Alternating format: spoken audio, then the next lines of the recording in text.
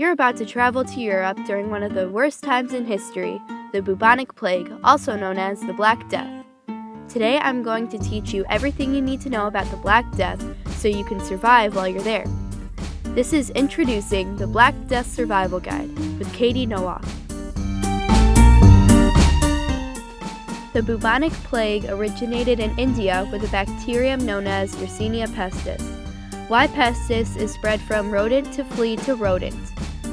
When a flea bites a rodent with Y. pestis, the infected blood from the rodent enters the flea and gets stuck in its foregut, making it hungry all the time because nothing is getting to its stomach.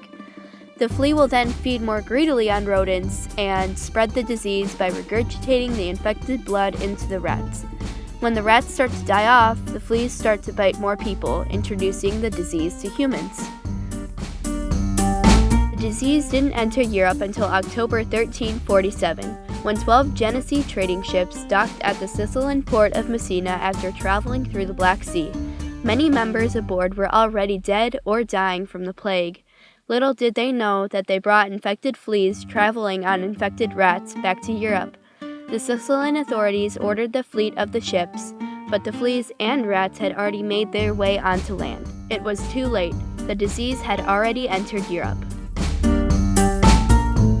Cities were affected most because they weren't very well kept. People always had fleas and rats in their house, so they thought nothing of it when the infected fleas and rats were in their home. Once they got the disease, it took anywhere from 2 to 7 days for symptoms to show up. One of the most distinct symptoms is having large buboes or swollen lymph nodes. They were found in the groin, armpit, and/or neck, and they were about the size of an egg. Other symptoms include sudden fever, chills, fatigue, and muscle aches. Chances of surviving were only 20 to 30%. There are a lot of things people thought caused the Black Death, but most people thought it was because God was mad at them. Some people went against God, turning to magic and witchcraft, and others repented to God, and they would whip themselves and beat themselves to show God that they'd suffered enough. A lot of people even blamed the Jews. They raided Jewish cities and killed them, even though most of them were already dying from the plague. People treated the bubonic plague in some interesting ways. They'd strap live chickens to the swollen lymph nodes, and they'd drink potions. They also carried sweet-smelling flowers and herbs to purify the air. Obviously, none of these cures worked. Today we use modern medicine to treat the disease. We use a variety of antibiotics, and we also provide high-risk workers with vaccination. The plague left a huge impact, taking out 25 million people in a 5-year period, and 1/3 of Europe's population died from it. This map shows the areas affected in Europe each year, and it has arrows marking the path of the Black Death. When the plague died down, the church took a big hit because they lost priests, and people were building distrust in God.